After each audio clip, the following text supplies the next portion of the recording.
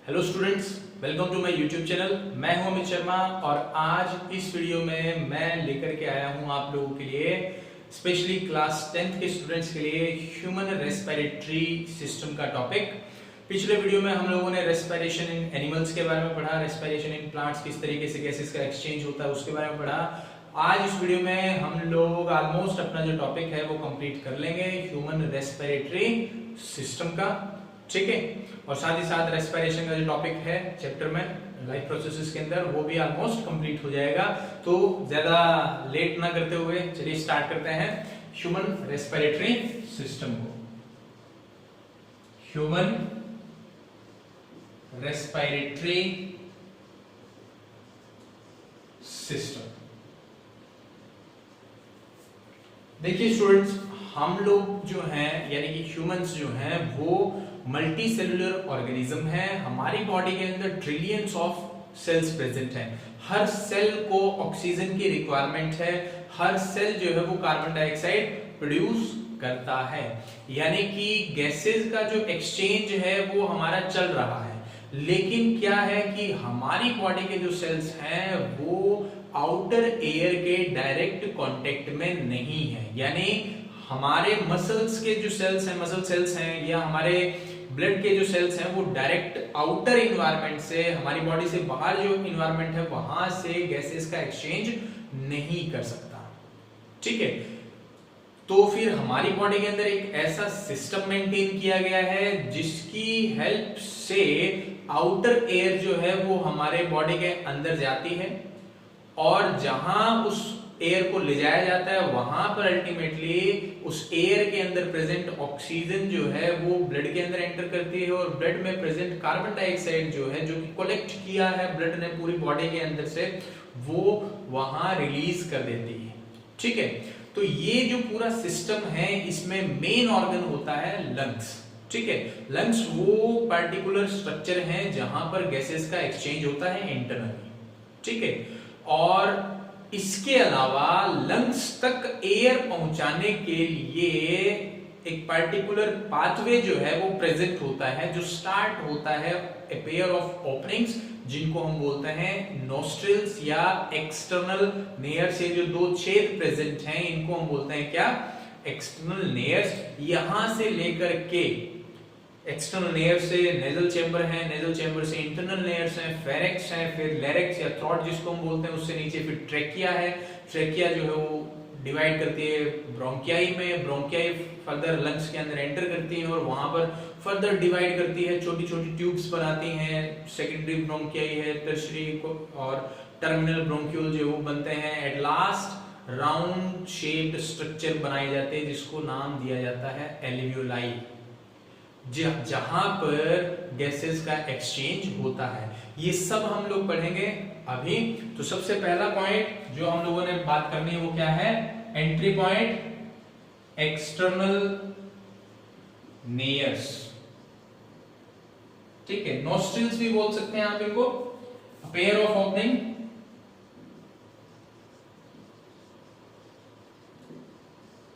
Through which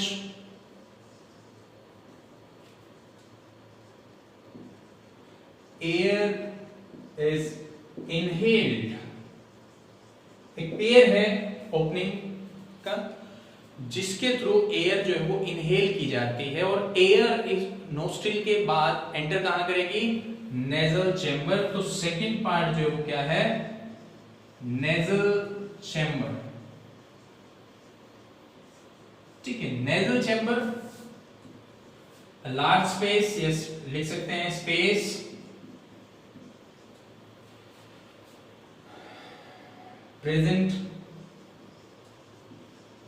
above the pharynx part, buccal cavity,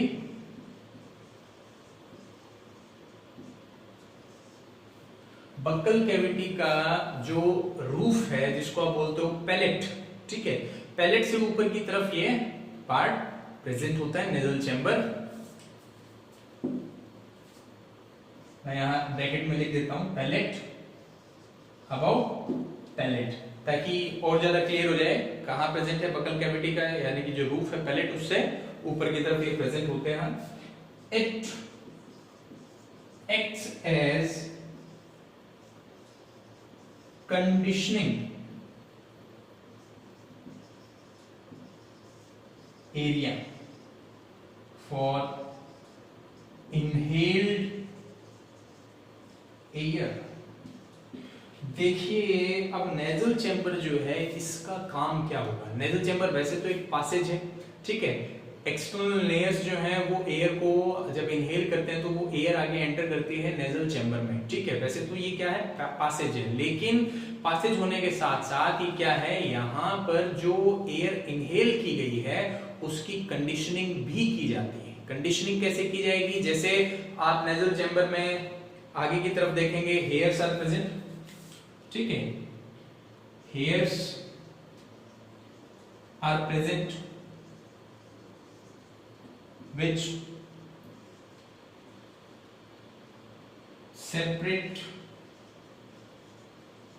out the dust particles।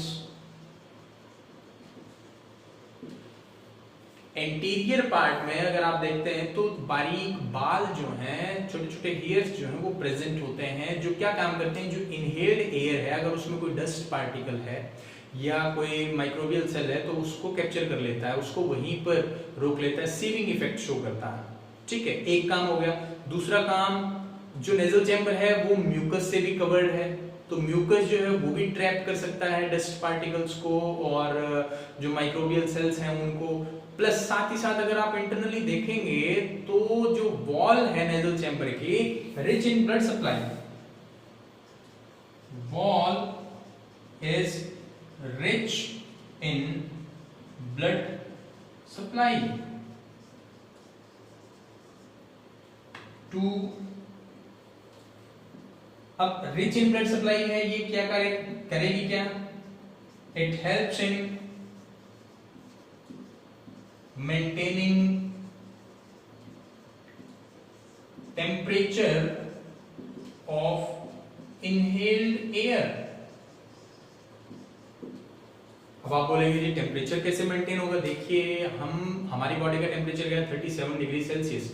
Surrounding में अगर आप winter season में breathing करेंगे air को या समर सीजन में ब्रीदिंग करेंगे एयर को, तो दोनों ही सीजन्स के अंदर क्या है, टेम्परेचर जो है वो काफी ज्यादा वेरी करता है। अब हमारे अंदर की तरफ यानी कि लंग्स के कांटेक्ट में अगर हाईयर टेम्परेचर की एयर मूव करती है तो भी प्रॉब्लम, अगर लोअर टेम्परेचर की एयर जो है वो मूव करेगी तो भी प्रॉब्लम। तो उस कंडीशन में क्या है कि ये जो नेजल चैम्बर है यहाँ पर जो ब्लड मूवमेंट हो रही है, ब्लड सर्कुलेशन जो प्रेजेंट है रिच ब्लड सप्लाई की वजह से, वो ब्लड जो है वो हीट को either absorb the extra heat और provide heat to the low temperature air to maintain the temperature of inhaled air. एक चीज, इस चीज को ध्यान में रखेंगे आप कि नेजल चैम्बर में जो ब्लड प्रेजेंट है वो एयर के इनहेल्ड एयर के टेम्परेचर को मेंटेन करने में हेल्प करता है। और साथ ही साथ म्यूकस जो प्रेजेंट है, थर्ड जो चीज यहां प्रेजेंट है वो क्या है, म्यूकस, ठीक है, हेल्प्स इन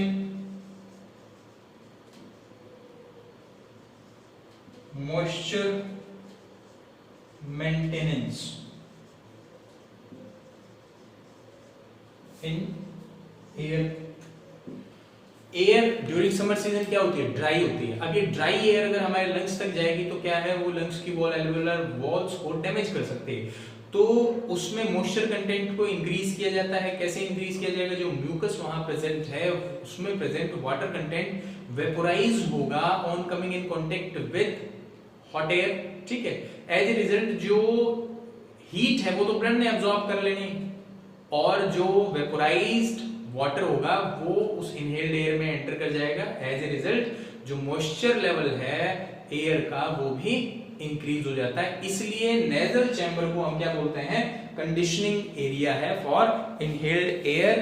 अब ये जो नेजल चैम्बर है इसके बाद नेक्स्ट पार्ट क्या है, ये जो नेजल चैम्बर है they opens into next part called pharynx through internal air है। थर्ड पार्ट फेरिक्स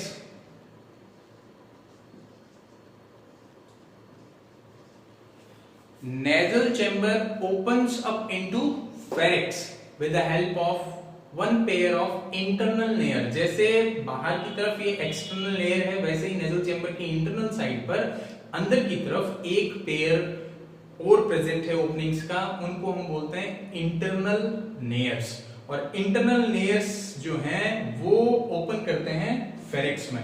तो नेजल चैम्बर ओपन हो गया फेरिक्स में थ्रू इंटरनल लेयर्स। ठीक है, फेरिक्स common passage present in both, ये सीधा लिख सकते हैं present in digestive and respiratory system। Common passage है, ये ओरल कैविटी से भी जुड़ा होता है, जिसके थ्रू फूड जो है वो फेरिक्स से होता हुआ, बकल कैविटी से फेरिक्स के थ्रू होता हुआ ईसोफेगस में जाता है। दूसरी तरफ नेजल चैम्बर से जो एयर एंटर कर रही है ये फेरिक्स से होते हुए नेक्स्ट पार्ट किसमें एंटर करेगी, फोर्थ पार्ट जो हम बोल देते हैं वॉइस बॉक्स या थ्रॉट या लैरिंक्स। ठीक है, वॉइस बॉक्स, थ्रॉट भी बोल देते हैं, लैरिंक्स भी बोल देते हैं। वॉइस बॉक्स क्योंकि ये जो साउंड प्रोड्यूस हो रही है ये इसमें प्रेजेंट वोकल कॉर्ड्स की वजह से होती है, इसीलिए इसको वॉइस बॉक्स बोला जाता है। ये जो आपको पार्ट यहां पर दिख रहा है गले में, ठीक है, इसको हम बोलते हैं लैरिंक्स या वॉइस बॉक्स या थ्रॉट। ठीक है,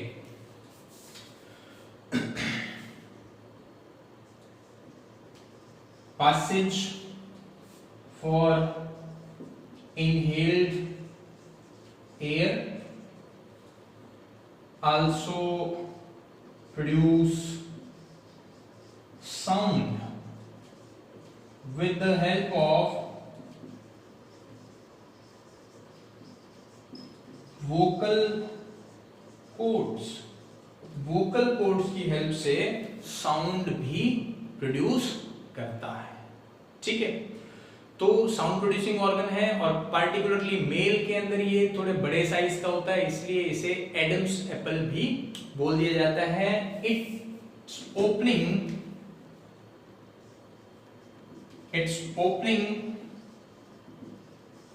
इज कॉल्ड ग्लोटिस। इसकी जो ओपनिंग होती है उसे नाम दिया जाता है ग्लोटिस। ठीक है, क्या नाम दिया जाता है, glottis, which is covered by an elastic cartilage, elastic structure called epiglottis. देखिए जो लैरिंक्स है, जो कि ये हमारे रेस्पिरेटरी सिस्टम का पार्ट है, ठीक है, और इससे प्रीवियस जो पार्ट था वो था फेरिक्स। फेरिक्स एक कॉमन पार्ट है डाइजेस्टिव सिस्टम में भी।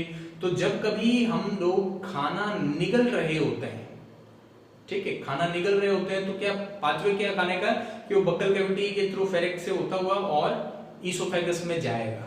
लेकिन चूंकि रेस्पिरेटरी सिस्टम का भी कॉमन पार्ट है फेरिक्स, तो पॉसिबिलिटी क्या है कि ईसोफेगस में जाने की बजाय वो एंटर कर जाए लैरिंक्स में और पहुंच जाए लंग्स में, तो ये प्रॉब्लमेटिक हो सकता है। ठीक है, इस कंडीशन को होने से रोकने के लिए क्या है, जब भी आप खाना निगलने की कोशिश करते हैं, जब भी आप खाना निगलेंगे, उस समय जो लैरिंक्स की ओपनिंग है, जिसको हम नाम बोलते हैं glottis, that opening is covered by an elastic structure। जैसे कार्टिलेज होता है, इलास्टिक कार्टिलेज की बनी हुई लीफ लाइक स्ट्रक्चर है, known as epiglottis। ठीक है, तो एपिग्लोटिस जो है वो लैरिंक्स को बंद कर लेती है। ठीक है, एज ए रिजल्ट जो फूड है वो आपका रेस्पिरेटरी सिस्टम में एंटर नहीं करता। ठीक है, तो लैरिंक्स जो है, larynx now next opens into, larynx opens into wind pipe. Larynx से नेक्स्ट पार्ट क्या है, विंड पाइप या ट्रेकिया। तो यहां लिख देते हैं नेक्स्ट पार्ट ट्रेकिया या विंड पाइप। ठीक है, ट्यूबुलर स्ट्रक्चर, ट्यूबुलर स्ट्रक्चर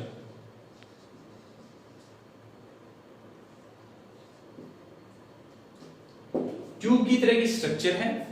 ठीक है, और इसकी जो वॉल है, यहां पर एक पॉइंट वो लिख देते हैं, it's wall is supported by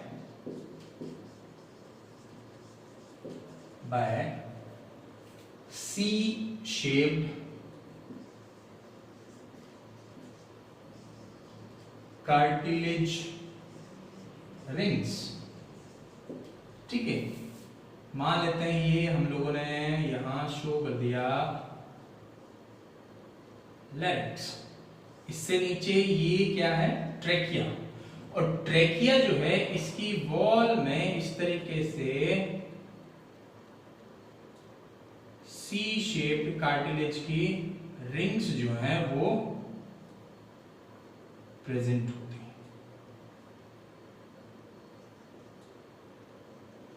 एक इंपॉर्टेंट क्वेश्चन जो है वो बोर्ड एग्जाम्स में कई बार पूछ लिया जाता है कि what is the purpose of presence of C shaped cartilaginous rings in trachea.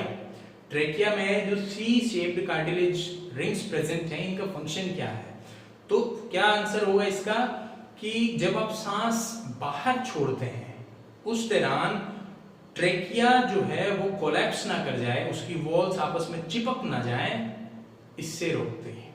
ठीक है, तो these C-shaped cartilaginous rings prevent the trachea from collapsing। ये कोलैप्स नहीं होने देगी, चिपकने नहीं देगी, किसको? वॉल ऑफ द ट्रेकिया को। ठीक है, तो trachea further divides into two small tubular structure. इसको अगर मैं लिखता हूं यहां क्या, ट्रेकिया, तो ट्रेकिया से नेक्स्ट पार्ट जो होगा वो क्या है, ब्रोंकियाई।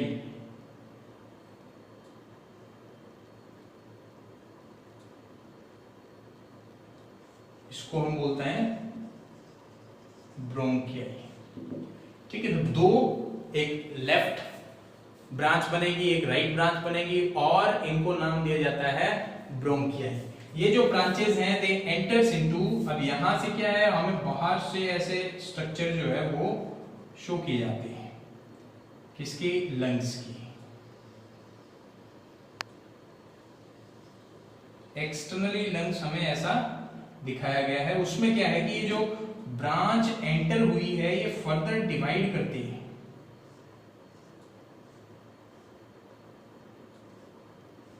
फर्दर डिवीजन होगी, फर्दर और ज्यादा डिवाइड करेंगे, और छोटी छोटी ब्रांचेस जो हैं वो डेवलप होती रहेंगी। ठीक है, तो प्राइमरी ब्रोंकियाई जो है वो डिवाइड करेगी, सेकेंडरी बनेगी, सेकेंडरी से टर्शियरी ब्रोंकियाई, टर्शियरी से क्वाटरनरी, देन टर्मिनल। ठीक है, इस तरीके से ब्रोंकियोल्स बन जाएंगे, टर्मिनल ब्रोंकियोल्स बनेंगे, एंड एट लास्ट सबसे छोटे जो ब्रोंकियोल्स होंगे, मान लेते हैं ये फर्दर डिवाइड करता है, और इससे जो छोटे ब्रोंकियोल होंगे उनके एंड पर ऐसे छोटे छोटे राउंडेड बलून लाइक स्ट्रक्चर्स। ठीक है, balloon like structures are present।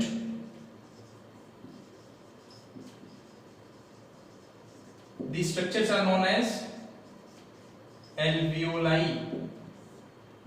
ठीक है, मैं फिर से एक बार रिपीट कर देता हूं, ट्रेकिया या विंड पाइप है, इस पार्ट को हम बोल रहे हैं ट्रेकिया या विंड पाइप। ये अपने लोएस्ट पोजीशन पर आकर के दो ब्रांचेस में डिवाइड हो जाती है, लेफ्ट एंड राइट ब्रोंकियाई। ठीक है, ये जो राइट एंड लेफ्ट ब्रोंकियाई हैं ये एंटर करते हैं किसमें? लंग्स के अंदर, और लंग्स में एंटर करने के बाद ये कंटिन्यूसली डिवाइड होते रहती है। प्राइमरी ब्रोंकियाई है, सेकेंडरी ब्रोंकियाई है, फिर टर्शियरी ब्रोंकियाई है, उसके बाद ब्रोंक्यूल्स बनेंगे, फर्दर और ज्यादा डिवाइड होंगे, एट लास्ट बनेंगे बिल्कुल छोटे साइज के टर्मिनल ब्रोंक्यूल्स। ठीक है, क्या बनेंगे? Terminal bronchioles. Terminal bronchiole. अब जो टर्मिनल ब्रोंक्यूल होगा, यानी कि जो सबसे छोटा ब्रोंक्यूल है, उसका जो एंड है वो इस तरीके से बलून लाइक स्ट्रक्चर के अंदर ओपन होता है। इस बलून लाइक स्ट्रक्चर को हम नाम देते हैं alveoli. Alveoli, it is the surface, it provide surface for exchange of gases। हम लोगों ने पिछले वीडियो में बात की थी, लंग्स के अंदर या गिल्स के अंदर एक स्पेसिफिक सरफेस होती है जिसके 4 इंपॉर्टेंट फीचर्स होने जरूरी होते हैं। थिन होनी चाहिए, मॉइस्ट होनी चाहिए, रिच ब्लड सप्लाई होनी चाहिए और लार्ज सरफेस एरिया होना चाहिए। तो ह्यूमंस के जो लंग्स हैं या जिनके अंदर भी लंग्स मिलते हैं, उनके अंदर ये जो स्ट्रक्चर है एल्वियोलाई, ये हेल्प करती हैं। ये एक ऐसी सरफेस है जो मॉइस्ट भी है, थिन भी है, लार्ज सरफेस एरिया को भी कवर करती है और रिच ब्लड सप्लाई भी इसके पास है।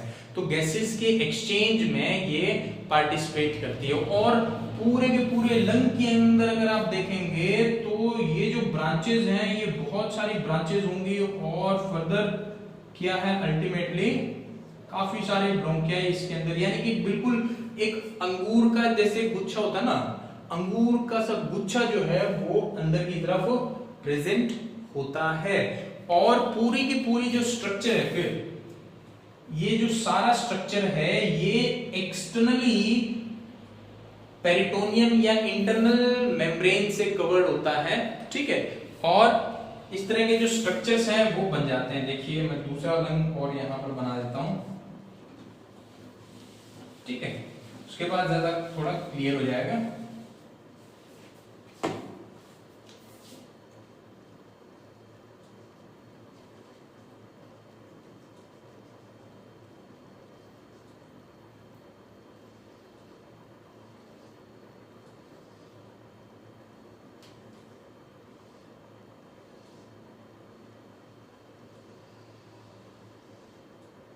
ये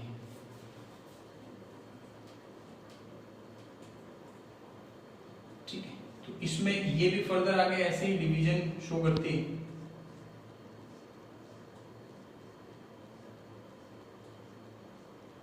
ठीक है, सिमिलर अल्टीमेटली ऐसे अंगूर के गुच्छे से बन जाएंगे इसमें। ठीक है, तो right lung and left lung. अब क्या कंडीशन है, जो लेफ्ट लंग है, लेफ्ट लंग का जो साइज है वो राइट लंग के कंपैरिजन में छोटा होता है और इसके बेस की तरफ एक नॉच प्रेजेंट होती है। ठीक है, एक जो सरफेस है वो अंदर की तरफ दबी होती है, नॉच प्रेजेंट होती है। इसी नॉच में हमारा जो हार्ट है वो ऐसे टिल्ट हो जाता है, वरना पोजीशन क्या होती है हार्ट की? हार्ट की जो पोजीशन है वो होती है सेंटर में। ठीक है, सेंटर ऑफ द बॉडी। लेकिन जो लेफ्ट लंग है उसमें नीचे की तरफ एक नॉच प्रेजेंट होती है, तो जो हार्ट का फ्री पार्ट होता है वो टिल्ट हो जाता है toward the left side. Okay, तो ये एक्सटर्नल स्ट्रक्चर। अब इसके ऊपर 2 मेम्ब्रेन्स प्रेजेंट होती हैं जो कवर करती है लंग्स को। लंग्स की आउटर मेम्ब्रेन आप बोल सकते हैं। ठीक है, वैसे इसको नाम दे दिया जाता है प्लूरा। आप पढ़ोगे +1 में।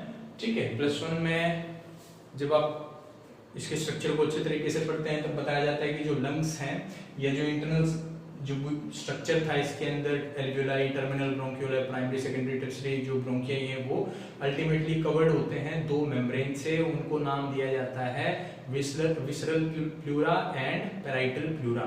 तो कलेक्टिवली आप उसको नाम दे सकते हैं प्लूरा। तो प्लूरा से कवर्ड होते हैं। जन्म के समय जो हमारे लंग्स हैं उनका कलर पिंक होता है। क्या होता है, पिंक। लेकिन विद इंक्रीजिंग एज, जैसे जैसे हमारी एज बढ़ती है वैसे वैसे जो कलर है वो डल होना स्टार्ट हो जाता है, ग्रे, ब्राउन, इवन ब्लैक तक हो सकता है, depending on the condition of environment in which the organism is breathing. ठीक है, जहां वो सांस ले रहा है, इनहेल कर रहा है, एक्सहेल कर रहा है। ठीक है, तो क्वालिटी ऑफ एयर के ऊपर डिपेंड करता है कलर ऑफ द लंग्स। जन्म के टाइम पर ये पिंक होते हैं, उसके बाद ये चेंज होते रहते हैं। ठीक है, तो ये ह्यूमन रेस्पिरेटरी सिस्टम का कंप्लीट जो हम बोलते हैं फंडा। हाँ, एक चीज और मैं यहां बताऊंगा कि जो लंग्स हैं इसके नीचे इस तरीके से एक डोम शेप्ड स्ट्रक्चर प्रेजेंट होता है। क्या? Dome shaped structure. इसको हम नाम देते हैं डायाफ्राम। ठीक है, क्या नाम देंगे? डायाफ्राम। ठीक है, तो ये जो पूरा हम लोगों ने पढ़ा कहां से, एक्सटर्नल नोस्ट्रिल, एक्सटर्नल नोस्ट्रिल से लेकर के लंग्स तक। एक बार मैं रिपीट कर देता हूं, एक्सटर्नल नोस्ट्रिल जो है, एक्सटर्नल लेयर्स, वहां से एयर इनहेल होती है, वो आती है नेजल चैम्बर में। नेजल चैम्बर में एयर की कंडीशनिंग होगी। कैसे कंडीशनिंग होगी? अगर उसका टेम्परेचर ज्यादा है या कम है तो उसका बॉडी टेम्परेचर पर मेंटेन किया जाएगा एयर का टेम्परेचर। तीसरा, अगर वो ड्राई है तो उसमें मॉइस्चर कंटेंट इंक्रीज किया जाएगा। इस तरीके से कंडीशनिंग होगी एयर की। वो एयर फिर नेजल चैम्बर से इंटरनल लेयर्स की हेल्प से एंटर करेगी किसमें? फेरिक्स में। फेरिक्स से आएगी लैरिक्स में, और लैरिक्स से ट्रेकिया, ट्रेकिया से ब्रोंकियाई, और ब्रोंकियाई के थ्रू राइट लंग में और लेफ्ट लंग में एंटर करेगी। कैसे? प्राइमरी ब्रोंकियाई से सेकेंडरी ब्रोंकियाई, सेकेंडरी से टर्शियरी ब्रोंकियाई, फिर ब्रोंक्यूल्स, और एट लास्ट कहां पहुंचेंगी? टर्मिनल ब्रोंक्यूल से होते हुए एल्वियोलाई के पास। एल्वियोलाई की जो सरफेस है इस पर है रिच ब्लड सप्लाई। ठीक है, रिच ब्लड सप्लाई होने की वजह से मेम्ब्रेन के एक तरफ हो गए एयर, दूसरी तरफ हो गया ब्लड, तो दोनों जो है वो गैसेस को एक्सचेंज करेंगे। ठीक है, जो गैसेस एक्सचेंज होगा वो किसके बीच में होगा? मैं लिख देता हूं यहां पर, gases exchange occurs between blood and air. Gaseous exchange occurs in between blood and inhaled air in lungs. lungs में ऐसा होगा। ठीक है, ये जो एक्सचेंज होगा वो लंग्स की बात की जा रही है। लंग्स में जो एक्सचेंज होगा ऑक्सीजन और कार्बन डाइऑक्साइड का, वो किस किस के बीच में होगा? In between the blood and inhaled air. ठीक है, उसके बाद गैसेस एक्सचेंज इन टिश्यूज की बात अगर आप करेंगे, टिश्यूज में ब्लड एंड टिश्यू फ्लूइड के बीच होगा। जो भी एक्सचेंज होगा उस जब वहां से ब्लड ऑक्सीजन लेकर के पूरी बॉडी में सप्लाई कर दिया गया है, तो अब जो एक्सचेंज होगा टिश्यू के लेवल पर वो between the blood and tissue fluid होगा। ठीक है, तो मैं बात कर रहा था एक्सटर्नल लेयर से नेजल चैम्बर, नेजल चैम्बर से फेरिक्स, फेरिक्स से लैरिक्स, लैरिक्स से ट्रेकिया, ट्रेकिया से प्राइमरी ब्रोंकियाई, प्राइमरी ब्रोंकियाई के थ्रू वो करेंगे राइट एंड लेफ्ट लंग्स में एंटर। वहां पर एल्वियोलाई की सरफेस तक आएगी एयर, और एल्वियोलाई की सरफेस पर जब आएगी तो ब्लड के साथ वो अपना गैसेस का एक्सचेंज करेगी। अब ये जो एक्सचेंज है ये होगा on the basis of the concentration. मान लेते हैं ऑक्सीजन और की जो कंसंट्रेशन है वो ब्लड में कम है, एयर में ज्यादा है, जैसा कि होता भी है। ब्लड में जो ब्लड हमारा लंग्स तक आ रहा है उसमें ऑक्सीजन की कंसंट्रेशन कम होती है, जबकि इनहेल्ड एयर में ऑक्सीजन की कंसंट्रेशन क्या है? ज्यादा है। तो डिफ्यूजन का लॉ फॉलो होगा and the oxygen will move from air into the blood. Air से वो ऑक्सीजन किस में चली जाएगी? ब्लड में। जबकि कार्बन डाइऑक्साइड के केस में उल्टा होगा, क्योंकि कार्बन डाइऑक्साइड जो है वो ब्लड के पास ज्यादा है, एयर में कम है, तो carbon dioxide will move from blood to air. ये जो भी एक्सचेंज होगा on the basis of diffusion होगा। लेकिन एक चीज आपको फिर ध्यान रखनी है कि ये जो डिफ्यूजन है ये काफी स्लो प्रोसेस है, ठीक है। स्लो प्रोसेस कहने का मतलब कि पूरी बॉडी के अंदर ऑक्सीजन या गैसेस की जो सप्लाई है, गैसेस का जो ट्रांसपोर्टेशन है वो डिफ्यूजन के बेसिस पर नहीं हो सकता, बहुत टाइम लग जाएगा, ठीक है, सालों लग जाएंगे हार्ट से पैरों के अंगूठे तक ऑक्सीजन पहुंचने में, ठीक है। तो उससे नहीं हो पाएगा, इसलिए एक सोफिस्टिकेटेड सिस्टम और मेंटेन है फॉर ट्रांसपोर्टेशन। और उसमें जैसा कि हम जानते हैं ब्लड जो है वो ऑक्सीजन को लेकर के जाता है सेल्स तक, और सेल्स से कार्बन डाइऑक्साइड को लेकर के आता है लंग्स तक। और ये जो काम है ऑक्सीजन को कैरी करने का, जो काम है वो करता है एक प्रोटीन की हेल्प से, जिसको हम जानते हैं रेस्पिरेटरी पिगमेंट के नाम से, या मोर अप्रोप्रिएटली हीमोग्लोबिन के नाम से, ठीक है। आज की वीडियो में इतना ही। आपका रेस्पिरेशन में एक छोटा सा टॉपिक रहता है ब्रीदिंग प्रोसेस, वो अगली वीडियो में करेंगे, अच्छे तरीके से करेंगे, डिटेल से करेंगे, किसी तरह की कोई प्रॉब्लम ना रहे, ताकि आज की इस वीडियो में जो हम लोगों ने पढ़ा उसे प्लीज अच्छे से रीड कीजिए। किसी तरह का कोई डाउट हो तो मुझ तक पहुंचाइए थ्रू द कमेंट बॉक्स, ठीक है। और प्लीज इस वीडियो को लाइक कीजिए, शेयर कीजिए, अपने डाउट्स और सजेशंस अगर हैं तो कमेंट बॉक्स में लिखिए। और प्लीज प्लीज प्लीज अगर आप इस चैनल पर नए हैं या आपने अब तक चैनल को सब्सक्राइब नहीं किया है तो चैनल को सब्सक्राइब कीजिए, ठीक है। साथ ही साथ बेल आइकन को भी प्रेस कर दीजिए ताकि जैसे ही मैं नेक्स्ट वीडियो अपलोड करूं आपको नोटिफिकेशन मिल जाए, ठीक है। तो तब तक के लिए thank you, have a nice day.